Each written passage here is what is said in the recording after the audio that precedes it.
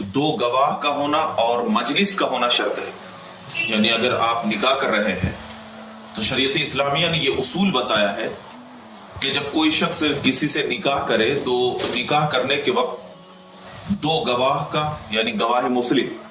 दो मुस्लिम गवाह का होना शर्त है और एक मजलिस में भी होना शर्त है। ये निकाह का अहकाम है। लेकिन तलाक के लिए न गवाह शर्त है और न मजलिस होना शर्त है। तो अगर कोई शख्स फोन पर तलाक देता है तो इस सूरत में तलाक वाक़े हो जाएगी। अब जो नजरियात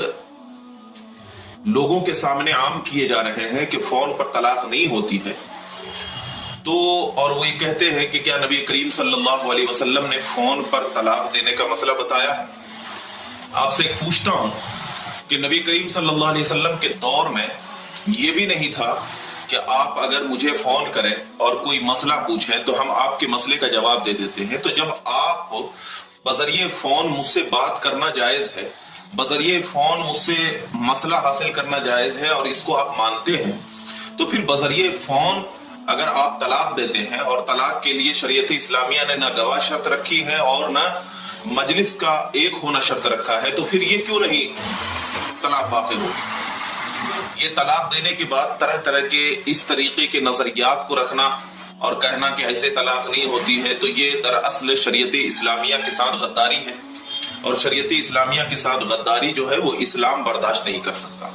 अगर आपको तो सबसे पहले ये होना चाहिए कि तलाक ही ना दे,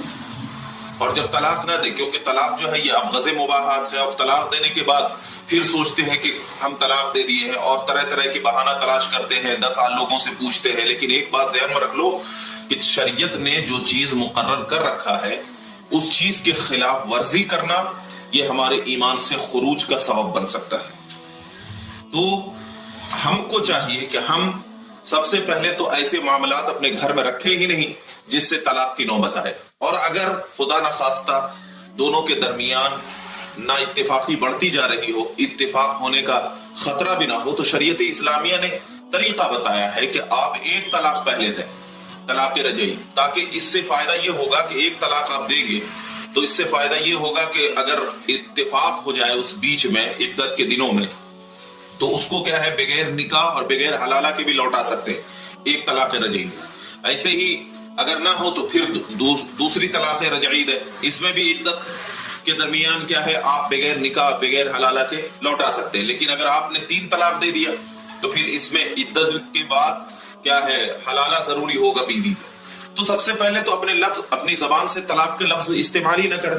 क्योंकि अगर तलाक के लफ्ज इस्तेमाल करेंगे तो फिर बाद में आपको पछताना होगा। तो फोन पर भी तलाक वाक़ई हो जाएगा और एसएमएस के जरिए इस तरीके से तलाक होगा कि अगर आपने एसएमएस किया हो और एसएमएस में आप अपनी बीवी का नाम वगैरह लिख करके ये लफ्ज आपका कहा हो कि मैंने तुम्हें तलाक दिया है, तो इस सूरत में भी क्या है तलाक वाक़ई हो जाएगा। इसमें एक मसला ये भी रहता है कि अगर आपने तक कहा अपनी बीवी से तलाक और 3 मरतबा तलाक कह दिया